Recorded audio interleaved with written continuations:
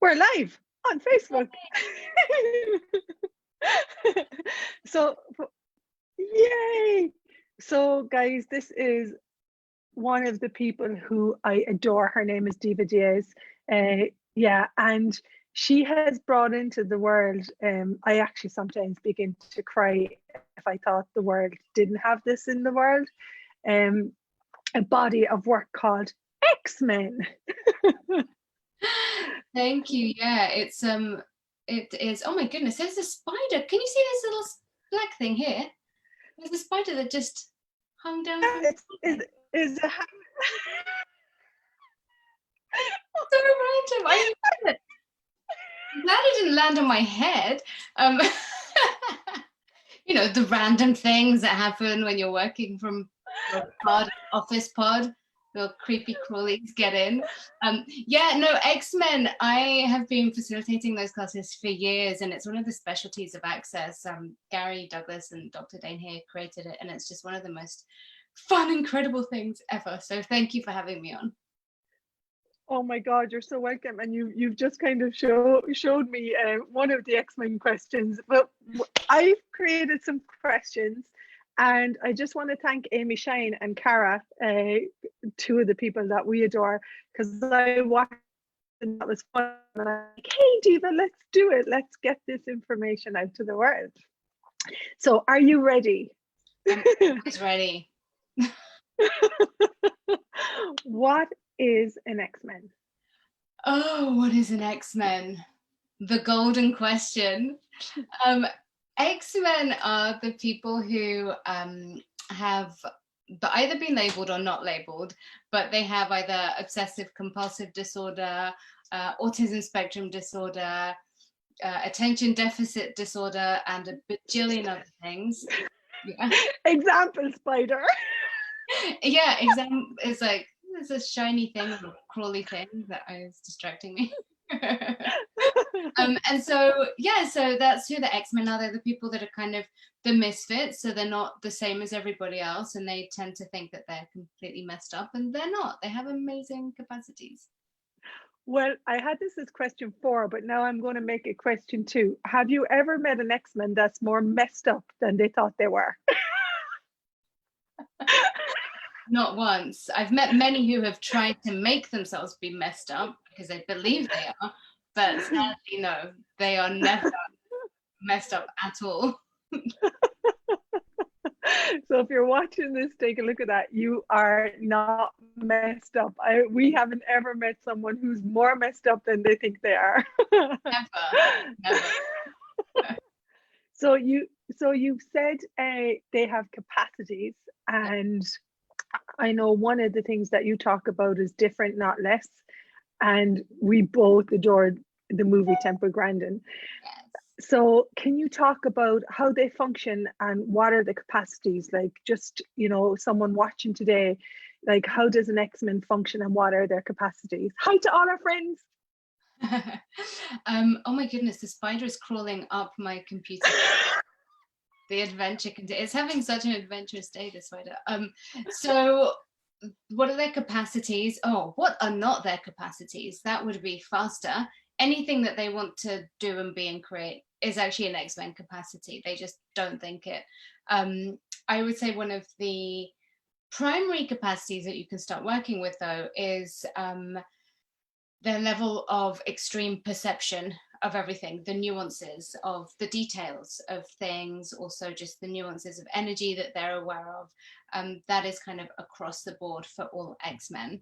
So if you want to start asking, what are you perceiving? What do you know about this for everything? That's where that capacity starts to come out.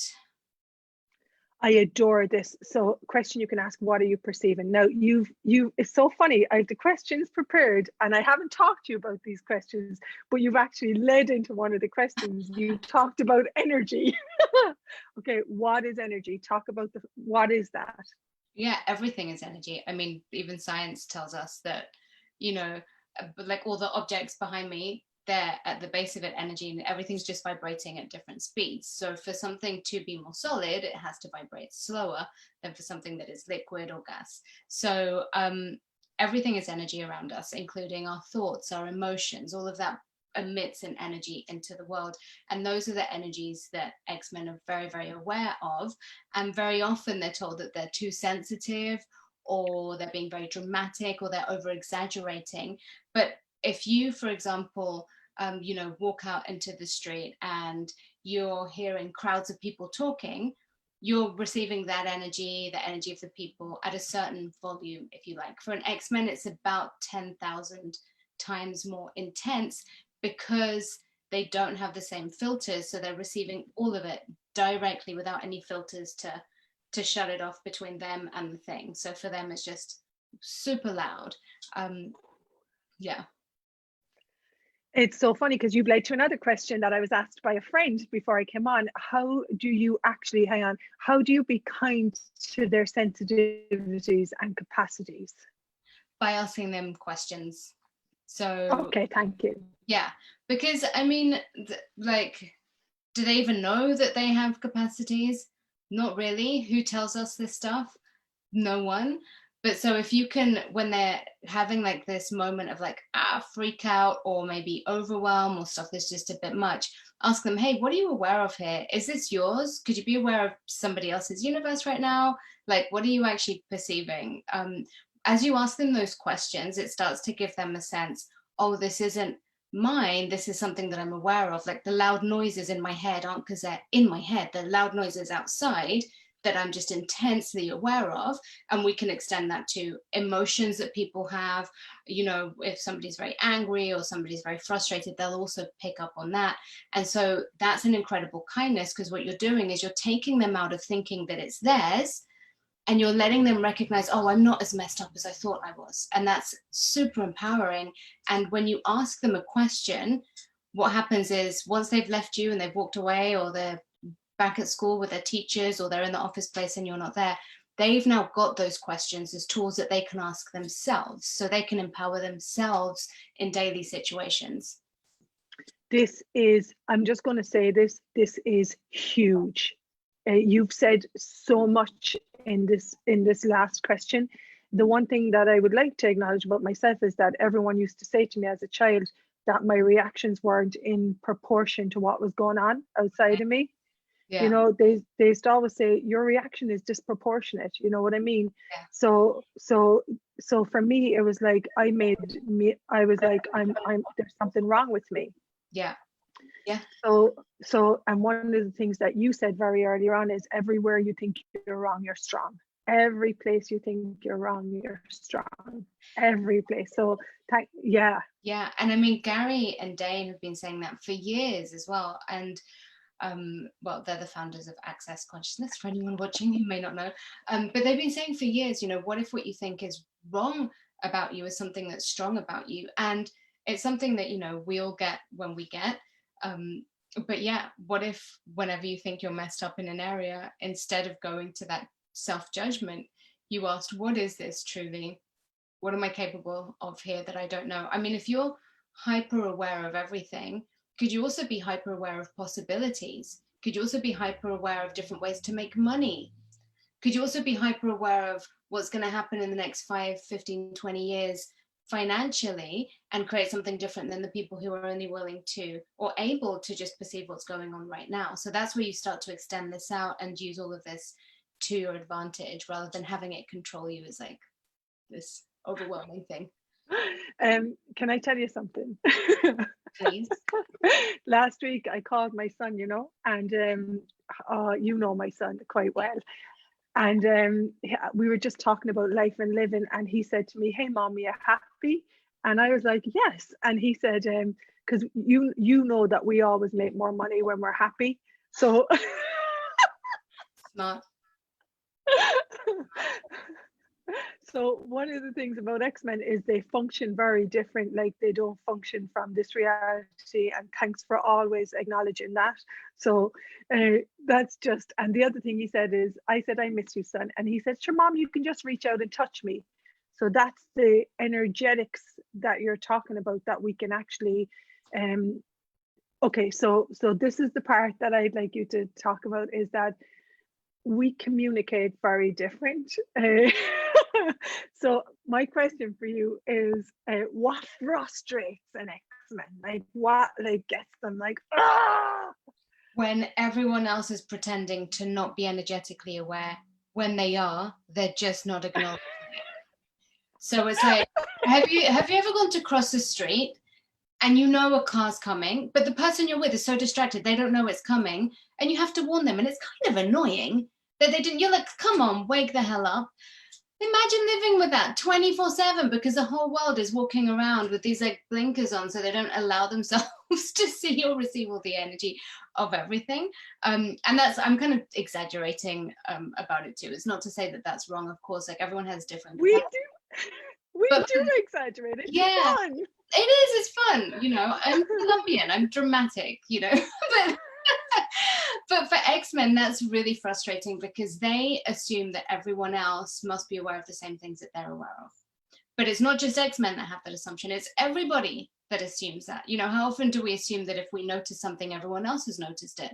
And then we recognize that they haven't. And it's annoying as hell. So that's one of the things that really annoys them when, you know, maybe they're communicating something energetically, like they might not be saying out loud, hey, give me a bit of space, don't come near me, don't talk to me, but they're being that energy, and people coming talking to them, they're like, what the heck is going on? I'm telling you guys not to come near me, but they're not saying it the same way everyone else does it, doing it their own way. So yeah, a lot of that goes on. Oh my God, that's hilarious. That is so funny. My Wi-Fi is breaking up a little bit. Apologies, but we keep going.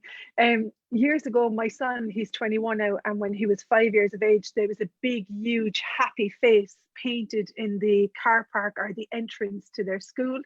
And one day he gets into school and he hated school. Can you imagine what it's like perceiving all the thoughts, the emotions, the beliefs? So he throws himself down the ground in front of this big, happy, smiling face, right? He's like, that's not how it is in there. They're lying. This is not. And I looked at it and I was like, wow, that actually is true. Yeah. That actually is true. That actually is true. So my last question for you. Well, it's kind of two in one. It's how would you make an X-Men laugh, or what's their sense of humor? Because it's a it's a very it really depends. Like every X-Men is so different too, and I just have to say that as well. Like X-Men isn't to create another label. And I know you're not saying that, but just I always like to preface this because it's so easy for us to then go, oh, this person is an X-Men, or they're not an X-Men, or I am not an X-Men, or I am, and then we try and make that now fit, and we're like, oh, well, now I do things this way, or now they do this. It really depends how to make them laugh, be funny, be intelligent enough that you can be funny. that's the big one. That's the big one. And this, I've got to ask you this because this is something that, how would an X-Men respond when you ask them, what are you thinking about? They'll probably look at you like, why are you asking me this question? I can assure you, if they are thinking, they're thinking 7 billion things, which means they won't be able to say it. They'll just be like that, stunned. It depends on the person, who knows? So, oh, Mrs., I forgot to check this before I came on. If people are looking to find out more about X-Men, and I'm glad that you said it's a myriad. There's no definition, because what I've seen is that people look to define it so that they can fix it, or whatever that is that people do. I'll put this definition out so I can deal with the problem rather than educate myself on how different you function. If people are out there and they have kids that are different, functioning different, what is it that you would invite them to, and you know, where do they find you? Is there classes coming up? I'm sorry, I didn't check before I came on. Yeah, no, thank you. So number one, go to accessconsciousness.com/X-Men, or one word, X-Men. There's a ton of stuff there. There's blog articles, there are videos. My stuff is also on divadiaz.com, and there are classes coming up, but there's so much material out there, and there are so many videos that already have tools, and just reach out to people. You know, I've got an ebook as well, X-Men, the abilities you didn't know you had. And so yeah, there's just a bunch of stuff everywhere, and there's a lot of facilitators, and we all do, like introductory classes that are maybe 1 or 2 hours, that can be accessed all over the world, and longer. Cool. 1 and 2 day classes too. Where would they find your ebook? Is that on your website? Yes, well, I'm actually relaunching my website, so it will be there in 1 week. Yeah. Yeah, I know. It'll be there. Yeah. Diva Diaz. Yeah. And when's your next X-Men class?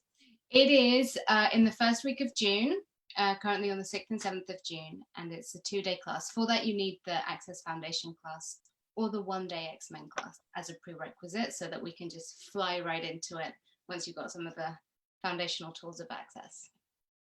So thank you for being in the world. I'm not sure that I tell you this as often as maybe I should. I'm grateful for the massive transformation and what you've added to my life. You've made my relationship with my children so much greater, so much more space, so that we can all be us. And your commitment to having this in the world, people don't see what goes on behind the doors to get this work out in the world. I'm grateful for you. And thanks for bringing this into existence. Thank you so much. Thank you. Yeah, we love you. Yeah. Thank you. Bye bye. Thanks for being here, Diva Diaz. Check her out.